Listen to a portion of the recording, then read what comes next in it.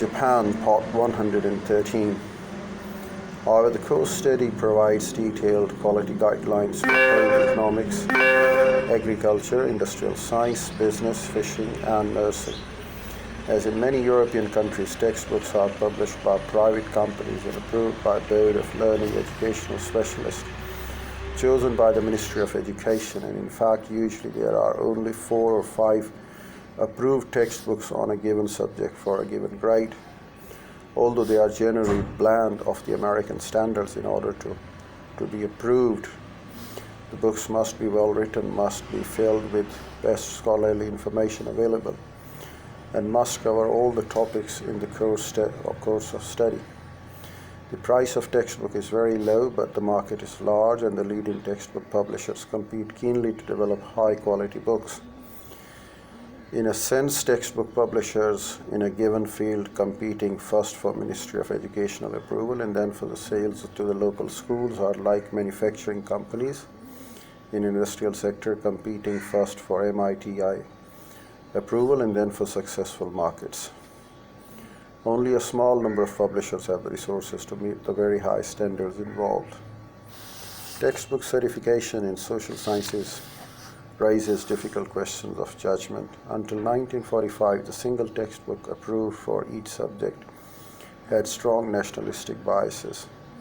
Since then, leftist intellectuals who are concerned about the concentration of power in government hands have worried that the Ministry of Education might favor conservative texts, and traditionalists have worried that the traditional more training is of teachers. And that's how it moves along.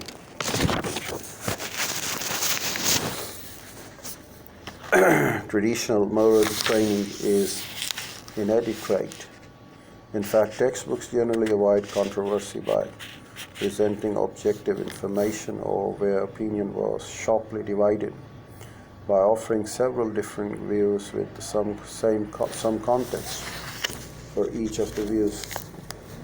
In one difficult case, a textbook written by famous historian Ainega Saburo was judged by other historians to be overly one-sided, and when Ainega refused to include alternative positions in the textbook, the minister did not approve it, arguing that in such controversial matters, Ainega's views could be presented, but that other views should also be presented.